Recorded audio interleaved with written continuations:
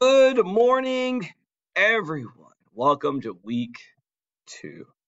And I just realized I said good morning, but you might not actually be watching this in the morning. This could be morning. It's morning for me, okay? It's 5:30 in the morning that when I'm recording this. But for you, it might be 7 p.m. for you, okay? You might have had a really rough day, or you're watching this.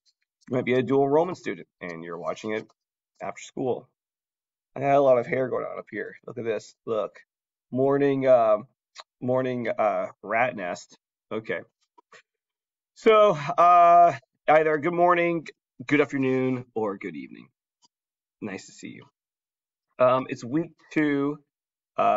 You don't know this, but it's actually been almost 2 weeks since I recorded the first lecture because I recorded it way before the class began.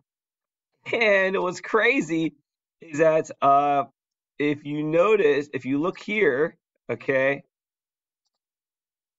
this is the week 1. Look, I am wearing. See this shirt that I'm wearing? It's the same shirt that I'm wearing right now. It's one of my favorite Grateful Dead shirts. The sky was yellow, all right, and the sun was blue. It's from Scarlet Begonias, okay? I haven't worn this shirt probably since I recorded this other one, the first one, like 2 weeks ago. But y'all probably think, oh man, this guy, he only has like one t-shirt. This is like his t-shirt. And I promise you, it's not. I wear different t-shirts. And in different videos, okay? I promise. I swear. Okay. All right, YouTube. I don't need to see you anymore. And okay. This is week 1. My name is talking. There you go. All right.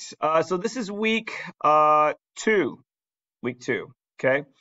In the case you didn't see this announcement that I posted, which I mean you all should have received the email about it. Okay. Textbooks. If you don't have access to the textbook currently, then that's okay. You can still once you're able to get access to the textbook, you'll be fine because all the major things that we do in this class I cover anyways through the lectures, and all the major readings, the readings that you're actually being graded on to, like as in that you're writing about, or have already been posted. They're already online. So the textbook isn't necessarily required, meaning you can get by without the textbook. Even though I so suggest, especially if you're getting it for free through your program, I suggest getting the textbook, all right, and still doing the readings because the school wants you to do that, okay?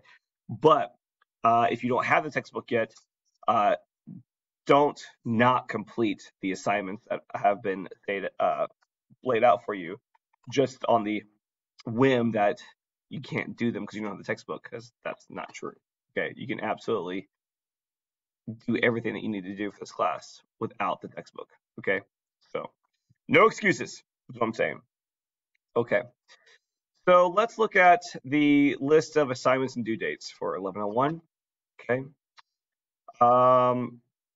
during week 1 we covered these items, and then you did all this. You're supposed to have completed the welcome quiz, read the syllabus. If you had the chapters, you read chapters 1, 6, 13, 8. If you didn't have the textbook, if you did what I did on the email or the announcement, you just looked up on the internet, what is narration? What is definition? What is exemplification? Okay. And then you read these two, you read 2 of these 3 articles. Bigotry is illegal, fat, and on the other side of freedom. Picked one of those, and you did the assignment to determine which one you think they are. Is one of them exemplification? Is one of them definition? One narration? Okay. So then today, what I'm going to do is I'm going to go over narrative, definition, and exemplification essays. Okay. I'm going to talk about tone and audience. Okay. Parts of an essay, I'm not necessarily really going to talk about. I'll say parts of an essay for later. I'm going to go ahead and topics. I'm going to add this to my next week's lecture. Parts of an essay. Okay. And I'll just cover that later. All right. Cool. And then this week, you're going to, if you have the chapter 2 book, you're going to read the chapter 2 of the book. And then you're going to read, I'm going to show you where this is, the abortion chapter, Roe decision, and you're going to complete the tone and audience analysis assignment, which is for a grade. Okay. Alrighty. So let's get into this. I'm going to be using a PowerPoint that I have posted. If you go to lessons and you go to tone week 2, okay, tone week 2, this is where you are going to find the PowerPoint notes that I go over today. I have them posted as a PDF, okay, and then I will mention this stuff in a little bit, okay. All right. Now, the things we're going over today relate to your first essay, essay 1, okay? You are going to, for essay 1, you're going to pick, you have essentially 4 options, okay? All right, right here you only see 3, but I'm gonna put a 4th one up here, okay? You are going to write an essay that's about 800 words, and in that essay, you can choose to write a narrative essay, a description essay, or exemplification essay. Or I'm going to put a 3rd option where you write about a topic, and in that topic, you write 1 paragraph that's a narrative, 1 paragraph that's description, and 1 paragraph that's exemplification. Okay. And then that you'll use that, you use all the things that we talk about in 1 essay. You can do that, or you can write an entire essay that's just using narrative techniques, or an entire essay that's just using description techniques, or an entire essay that's using exemplification. Okay? So the things we're going over today directly relate to essay 1. Just for the record. Okay. So let's get into the PowerPoint. Okay.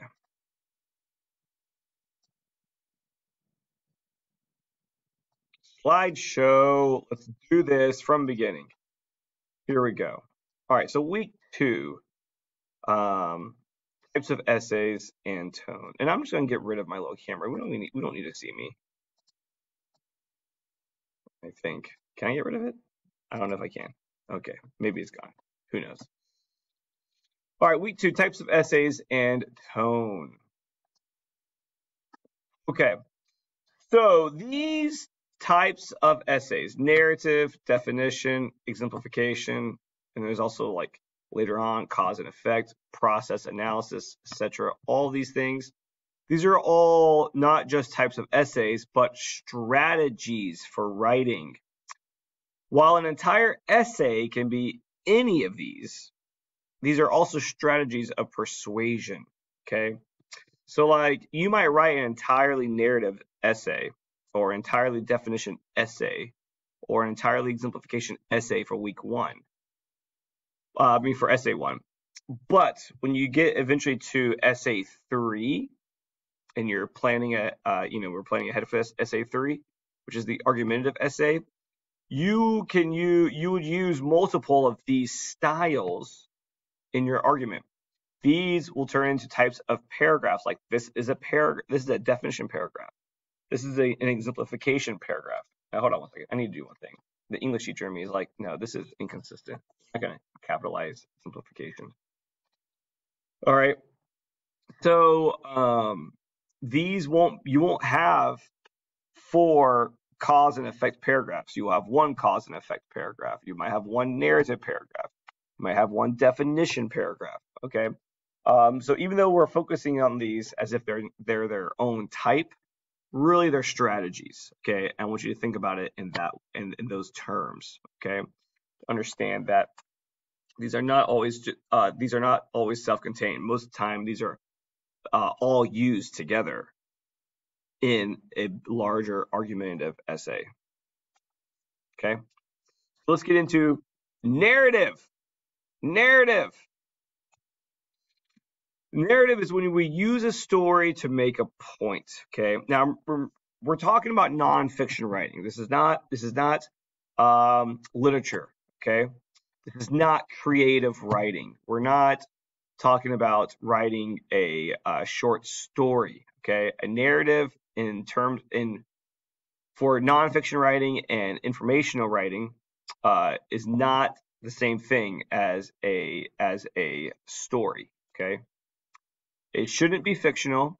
Okay, and it's best if it's autobiographical. If it actually these work best, narratives work best when they come from either you, the writer, or at least from someone real. Okay, it's not a short story. It's not.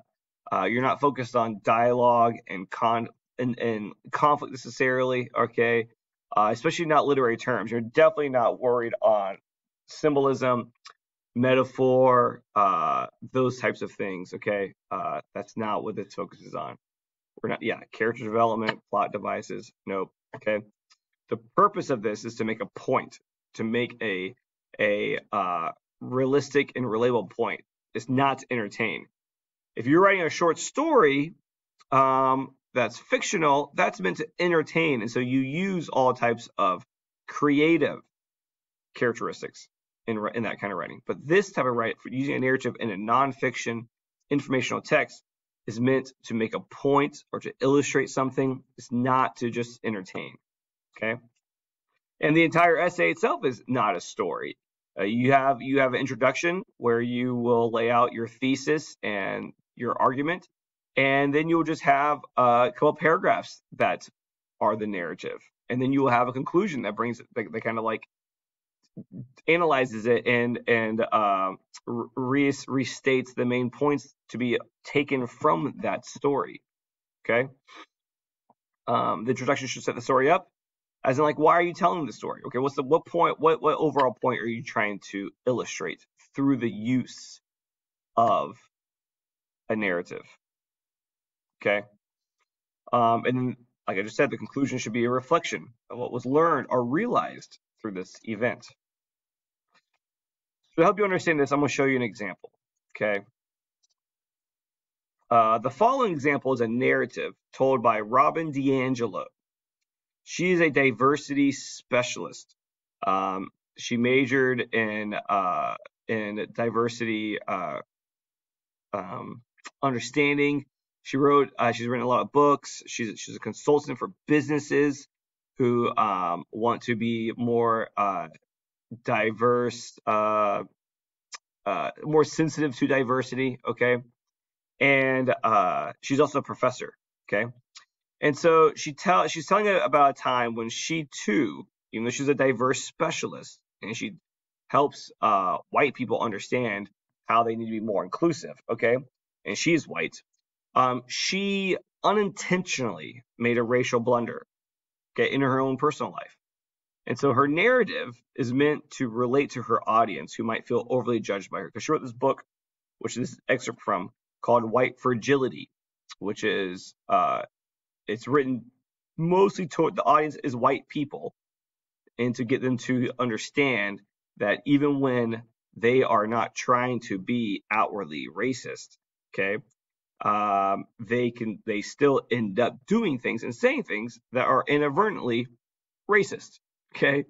And so in her book, when she's writing about this kind of stuff, it might sound as if like she is being really judgy and being critical. And so she includes this narrative to relate to her audience. So that way they don't feel like she thinks that she's on a mountain looking down on them. Okay. She tries to say, look, I too make these same kind of mistakes. Okay. All right. So here's an example. Here's the narrative from her book. Okay. Oh, there she is. White fragility. Okay. And that's her. She's a white lady. Okay. This is what she writes in her book. The equity team has been invited to a meeting with the company's new web developer. That's her team. She's part of the equity team. The team consists of 2 women, both of whom are black, and me. The new web developer, who is also black, wants to interview us so that she can build our page. She starts the meeting by giving us a survey to fill out. Many questions on the survey inquire about our intended audience, methods, goals, and objectives. I find the questions tedious and feel irritated by them. Pushing the survey aside, I try to explain verbally. I tell the web developer that we go out into the satellite offices to facilitate anti-racism training. I add that the training is not always well received. In fact, one member of our team was told not to come back. I make a joke. The white people were scared of Deborah's hair. Deborah's black and has long, locked braids. The meeting ends and we move on. A few days later, one of my team members lets me know that the web developer, who I will call Angela, was offended by my hair comment. While I wasn't paying attention at the time, once I am informed, I quickly realize why the comment was off. I seek out a friend who is white and has a solid understanding of cross-racial dynamics. We discuss my feelings of embarrassment, shame, and guilt. And then she helps me identify the various ways my racism was revealed in that interaction. After this processing, I feel ready to repair the relationship. I ask Angela to meet with me, and she accepts. I open by asking Angela, would you be willing to grant me the opportunity to repair the racism I perpetrated toward you in that meeting? When she agrees, I continue, I realize that my comment about Deborah's hair was inappropriate. Angela nods and explains that she did not know me and did not want to be joking about black women's hair, a sensitive issue for many black women, with a white woman whom she did not have a trusting relationship with, much less in a professional work meeting. I apologize and ask her if I have missed anything else problematic in the meeting. Yes, she replies. That survey? I wrote that survey, and I have spent my life justifying my intelligence to white people. My chest constricts as I immediately realize the impact of my glib dismissal of the survey. I acknowledge this impact and apologize. She accepts my apology. I ask Angela if there's anything else that needs to be said or heard so that we may move forward. She replies that yes, there is. The next time you do something like this, would you like feedback publicly or privately? She asks. I answer that given my role as an educator, I would appreciate receiving the feedback publicly, as it is important for white people to see that I am also engaged in a lifelong process of learning and growth.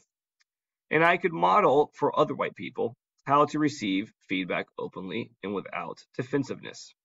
She tells me that although these dynamics occur daily between white people and people of color, my willingness to repair doesn't, and that she appreciates this. We move on. Okay. So her narrative comes deep into her book, which her book focuses a lot in on how to identify racial bias and implicit bias and these types of things. Okay. And so then she takes a moment to try to humble herself and not make her seem as if, as I said earlier, as if she's overly judgmental. So she tells a story when she too makes a mistake, okay, as a way to relate to her audience. So that way her audience doesn't just resent her for making them feel bad, okay? So that's an example of a narrative.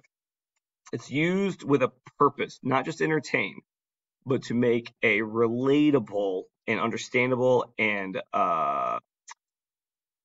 conceptual idea. Okay, you can picture this, you can see this, okay, and it helps to have it as like a real life example. Okay, so that's the point of narratives. The next one that we're going to look at is definition. Definition is a rhetorical style that explains the meaning of a term, idea, or concept, but it's not just used to explain something that's obvious, that people already know, okay? Again, definition may be used for an entire essay, but is often used as a rhetorical style within an essay that may mix other rhetorical styles, okay? Often used to coin a new term or an evolving term or redefine an outdated term, okay? It's not to do something, again, it's not to talk about something that's well known and obvious, okay? So for example, systemic racism. We could write a paper about the term systemic racism, which this phrase, systemic racism, is relatively new, okay, in the last decade, okay? But we could talk about how this term, systemic racism, is a redundant term because racism is a system of discrimination and abuse created out of prejudice, okay? But people only think of racism today in terms of blatant acts of racism, like the KKK or Nazis. Therefore, a new term had to be used to specify what the original definition of racism actually was: a system. Okay, so like this is discussing the definition of systemic racism and how it comes out of an outdated term, a term that has morphed away from its original meaning, which in this case is racism, which was always a system. It's redundant to say systemic racism because racism itself is a system. But we've moved so far away from understanding the system of racism and instead just think of blatant acts of racism. And so, you know, an essay writing about systemic racism and defining it and understanding it from the original definition of racism, all this falls under the realm of definition because we're dealing with understanding this concept. Okay. All right, so I'm going to show you another example, okay, in writing, in professional writing, okay? The term that's being discussed is the phrase hood feminism. It's coined by a woman named Mickey Kendall. All right, that's her. Mickey Kendall, she wrote a book called Hood Feminism, Notes from the Women That a Movement Forgot, and the movement she's speaking of is feminism. And so she is defining a new term called hood feminism. Okay. She writes, mainstream feminism pays excellent lip service to the idea that poor women are supported. But in practice, it often fails to integrate what constitutes support.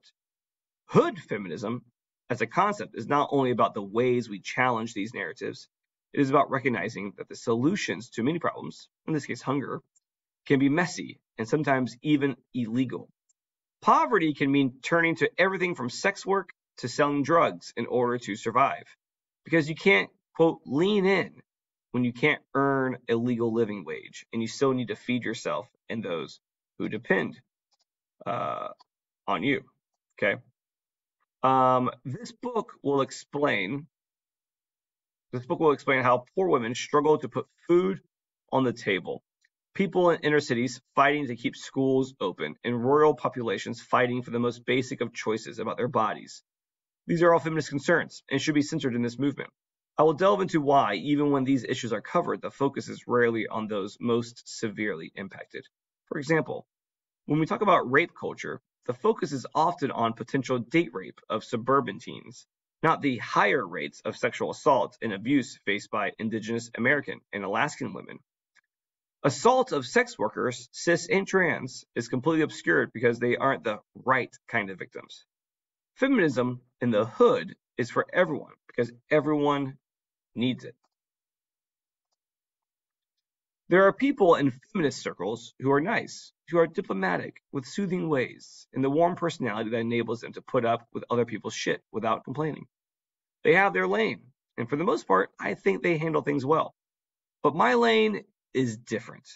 And by her lane, she's referring to the lane also of those who would fall into the line of hood feminism.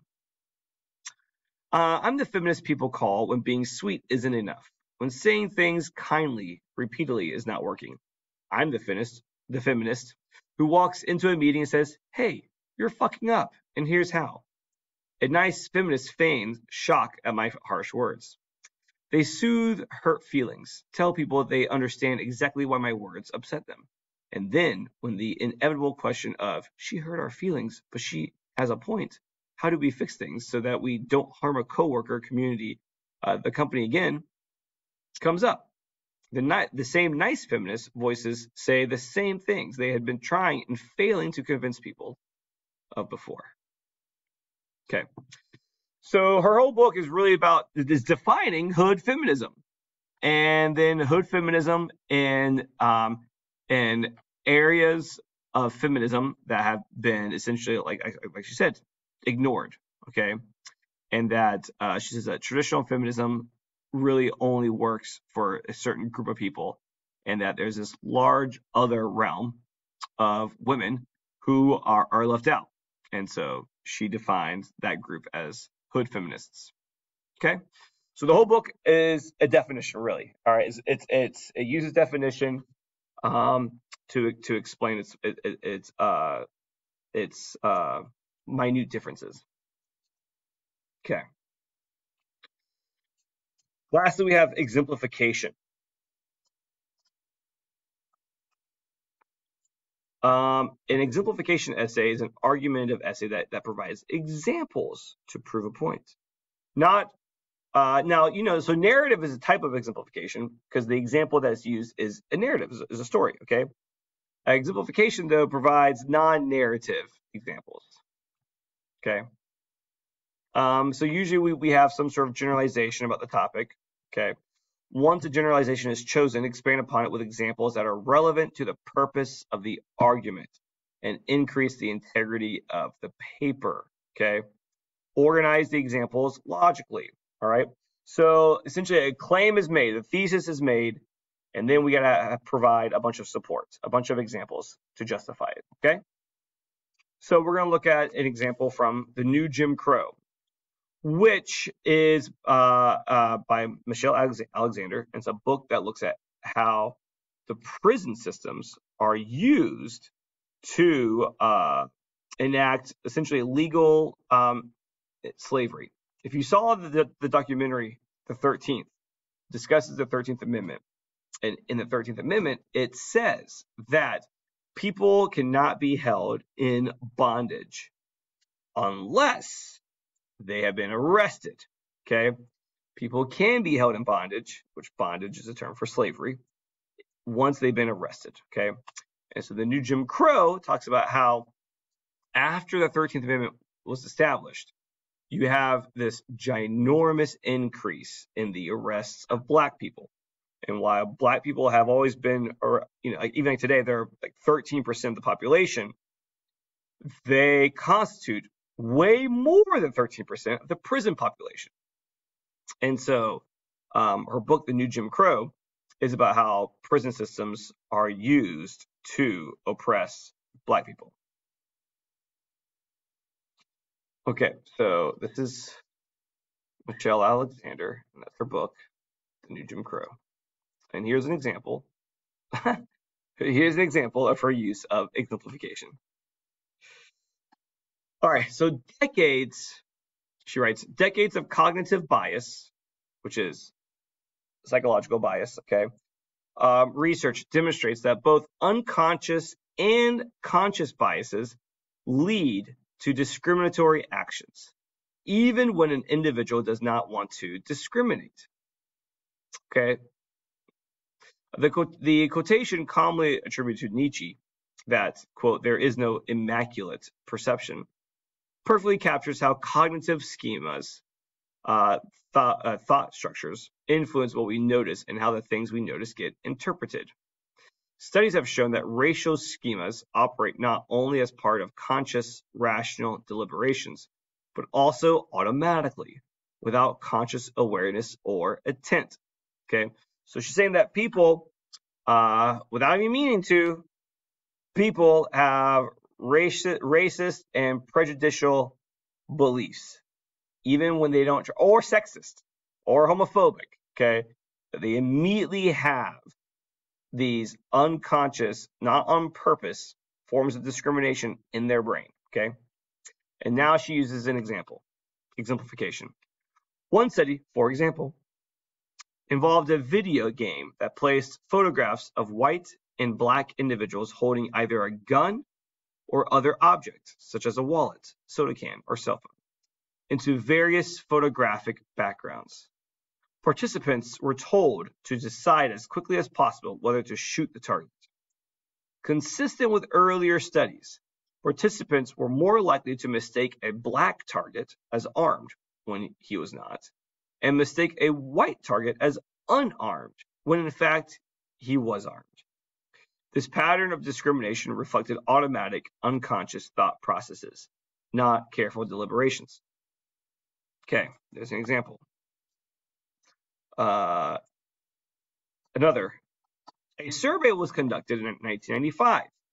Another example. Asking the following question. Would you close your eyes for a second? Envision a drug user and describe that person to me. The startling results were published in the Journal of Alcohol and Drug Education.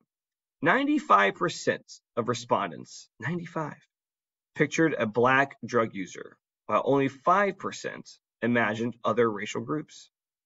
These results contrast sharply with the reality of drug crime in America. African Americans constituted only 15% of current drug users in 1995, and they constitute roughly the same percentage today. Whites constituted the vast majority of drug users then and now, but almost no one pictured a white person when asked to imagine what a drug user looks like. The same group of respondents also perceived the typical drug trafficker as black. All this is to show that like decades of cognitive bias research demonstrates that both unconscious and conscious biases lead to discriminatory actions. Meaning, people who would publicly say, hey, I'm not racist, okay, but their brain still functions in a racist way by pinning negative actions in their mind to black people and associating negative things to black people, even though in reality, white people do more of these bad things.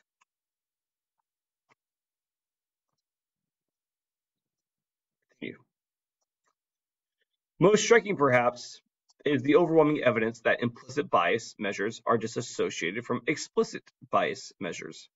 In other words, the fact that you may honestly believe that you are not biased against African Americans and that you may even have black friends or relatives does not mean that you are free from unconscious bias. Implicit bias tests may still show that you hold negative attitudes and stereotypes about blacks, even though you do not believe you do and do not want to. In the study described above, for example, black participants showed an amount of shooter bias similar to that shown by whites. Okay, so even black people thought that the black pictures contained weapons more than the white pictures. Okay. Not surprisingly, people who have the greatest explicit bias, as measured by self-reported answers to survey questions against a racial group, tend also to have the greatest implicit bias against them, and vice versa. Yet there's often a weak correlation between degrees of explicit and implicit bias. Many people who think they are not biased prove, when tested, to have relatively high levels of bias.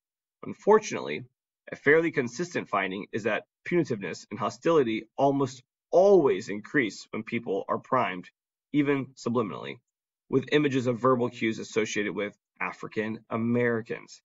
In fact, studies indicate that people become increasingly harsh when an alleged criminal is darker and more stereotypically black. They are more lenient when the accused is lighter and appears more stereotypically white. This is true of jurors as well as law enforcement officers. Okay. So studies are showing that people are still racist. Okay. And here are the examples. Okay. So there is an example of exemplification, an example of how to use examples to prove a point. Okay? All right. Oh, wait, there's more. Okay, there's more. Let's see. I'm going to include this because this is actually really interesting. Okay, we should just look at this. All right. There is, of course, an official explanation for all this. Crime rates.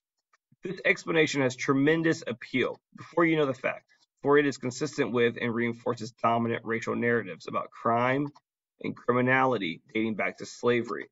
The truth, however, is that rates and patterns of drug crime do not explain the glaring racial disparities in our criminal justice system. People of all races use and sell illegal drugs at remarkable similar rates. If there are significant differences in the surveys to be found, they frequently suggest that whites, particularly white youth, are more likely to engage in illegal drug dealing than people of color.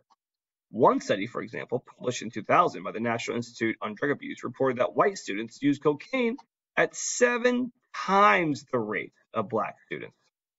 That white people use crack cocaine at 8 times the rate of black students, and the use of heroin at 7 times the rate of black students. That same survey revealed that nearly identical percentages of white and black high school seniors use marijuana. The National Household Survey on Drug Abuse reported in 2000 that white youth aged 12 to 17 are more than a third more likely to have sold illegal drugs than African American youth. Thus, the very same year, Human Rights Watch was reporting that African Americans were being arrested and imprisoned at unprecedented rates. Government data revealed that blacks were no more likely to be guilty of drug crimes than whites, and that white youth were actually the most likely of any racial or ethnic group to be guilty of illegal drug possession and sales. Any notion that drug use among blacks is more severe or dangerous is belied by the data. White youth have 3 times the number of drug-related emergency room visits as their African American counterparts.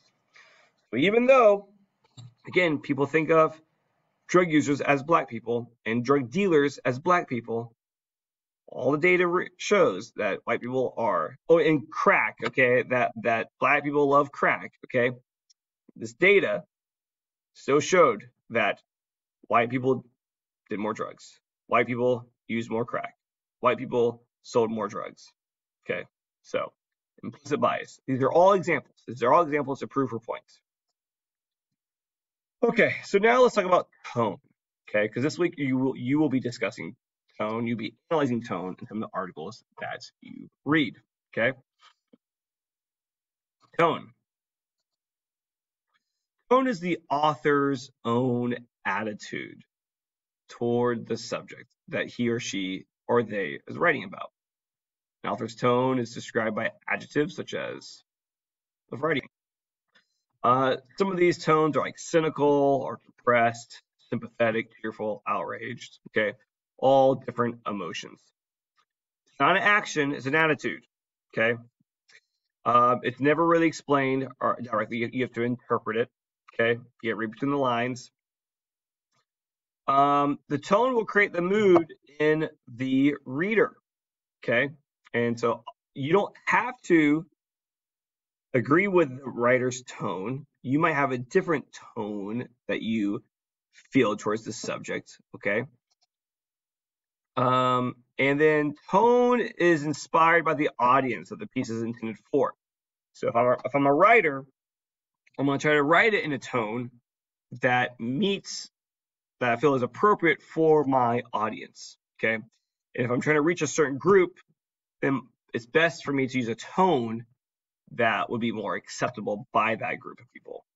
Okay, so for example, I'm going to show you 2 books. One is called Stamped from the Beginning by Ibram X. Kendi. And the other book we're going to look at is his book, but adapted for young adults by Jason Reynolds. Okay, so here is the beginning of his book that he first wrote. And Ibram X. Kendi is a professor of history. He's a history professor. Okay, and his book is the definitive history of racial ideas, of racist ideas in America. So this is how his book begins. Every historian writes in and is impacted by a precise historical moment. My moment, this book's moment, coincides with the televised and untelevised killings of unarmed human beings at the hands of law enforcement officials, and with the televised and untelevised life of the shooting star of Black Lives Matter during America's stormiest nights. I somehow managed to write this book between the heartbreaks of Trayvon Martin and Rekia Boyd, and Michael Brown, and Freddie Gray, and the Charleston Nine, and Sandra Bland. Heartbreaks that are a product of America's history of racist ideas, as much as this history book of racist ideas is a product of these heartbreaks. Young black males were 21 times more likely to be killed by police than their white counterparts between 2010 and 2012, according to federal statistics. The under-recorded, under-analyzed racial disparities between female victims of lethal police force may be even greater. Federal data show that the median wealth of white households is a staggering 13 times the median wealth of black households. And black people are 5 times more likely to be incarcerated than whites. Okay, so that's the beginning of his book. Okay, now let's look at the beginning of Stamped by Ibram X. Kendi and Jason Reynolds. Notice the difference. Stamped here is stamped from the beginning, okay, and it's like lowercase, just right with stamped, and this is stamped, okay, already. So Jason Reynolds, who's a young adult author, took Ibram X. Kendi's book and reworked it, created a remix for young adults, okay, teenagers. Here is how his book begins. Before we begin, let's get something straight. This is not a history book. I repeat, this is not a history book. At least not like the ones you're used to reading in school. The ones that feel more like a list of dates. There will be some, with an occasional war here and there. A declaration, definitely got to mention that. A constitution, that too. A court case or two, and of course, the paragraph that reads during Black History Month. Harriet, Rosa, Martin. This isn't that. This isn't a history book, or at least it's not that kind of history book. Instead, what this is a book that contains history. A history directly connected to our lives as we live them right this minute. This is a present book, a book about the here and now, a book that hopefully will help us better understand why we are where we are as Americans, specifically as our identity pertains to race. The R word, which of many of us still feels rated R, or can be matched only with another R word, run. But don't. Let's all just take a deep breath. Inhale, hold it, exhale, and breathe out race. Okay, so that's the beginning of Stamped for young adults. This is the beginning of Stamped from the beginning for non-young adults, okay? So differences in audiences creates a difference in tone, clearly, okay? Stamped, and they're stamped, stamped, and stamped. Okay, so for Stamped, the audience is adults. Stamped, the audience is adolescents, which is teenagers. And Stamped, the tone is formal, it's authoritative, it's scholarly, and it's objective. Okay, subjective. He's writing first person. I'm sorry, he's writing essentially third person. Okay, it's objective. It's not personal. He is writing about the history of racism. And Stamped, the tone is conversational. It's like Jason is speaking to us. He writes in first person. It's supposed to be relatable, and it's energetic. Okay, it's filled in with these parenthetical, not citations, but expressions. Okay, it sounds like he's talking. It has a variety of sentence structure and length, and they're shorter. And it is supposed to be more energetic. Okay, the way that it flows, and the way that it will exclamation points, And then the race, okay? So it's supposed to be more engaging because the idea is that adolescent readers are disengaged and adolescent readers are ADD and they don't focus well. So if you keep the tone of the book more conversational and energetic, the idea is that it will keep the young adults more focused on the reading, okay? 2 books that are based on the same book, stamped, but for 2 different audiences, which dramatically change the tones of the writing. Okay? Okay, homework. You've already read, well, you might have. One of the 3 that you could have read are chapters from week 1 was a chapter from this book, Allow Me to Retort, A Black Guy's Guide to the Constitution. This week, you'll definitely read one, at least a chapter from this book. And that chapter is called the Abortion Chapter. Okay? So you're going to read the Abortion Chapter, and then you're going to read the first couple pages of the Roe versus Wade ruling, okay, which is the actual Supreme Court rationale for striking Roe versus Wade.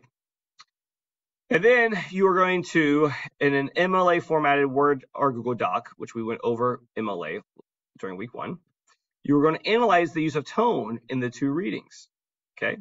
Each discussion should be its own paragraph. So there should be a total of 2 paragraphs. For each article, discuss the tone or tones the writers employ and how that impacts their writing. Does the tone help or hinder the purpose of the piece? Okay, you can even say which one's better. You like this one over this one because of the way it was written. Okay, these can be found.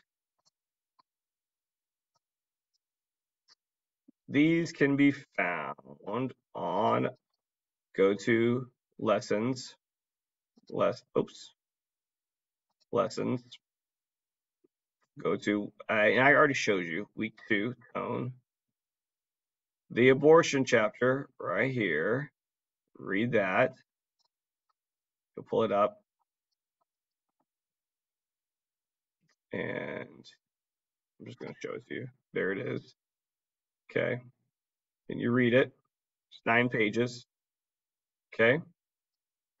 And then pull up the Roe versus Wade ruling. Boom. Pull that up. Okay. And then here is your submission needs to be at least 300 words. Okay. This is the write-up of it. And this is where you submit it.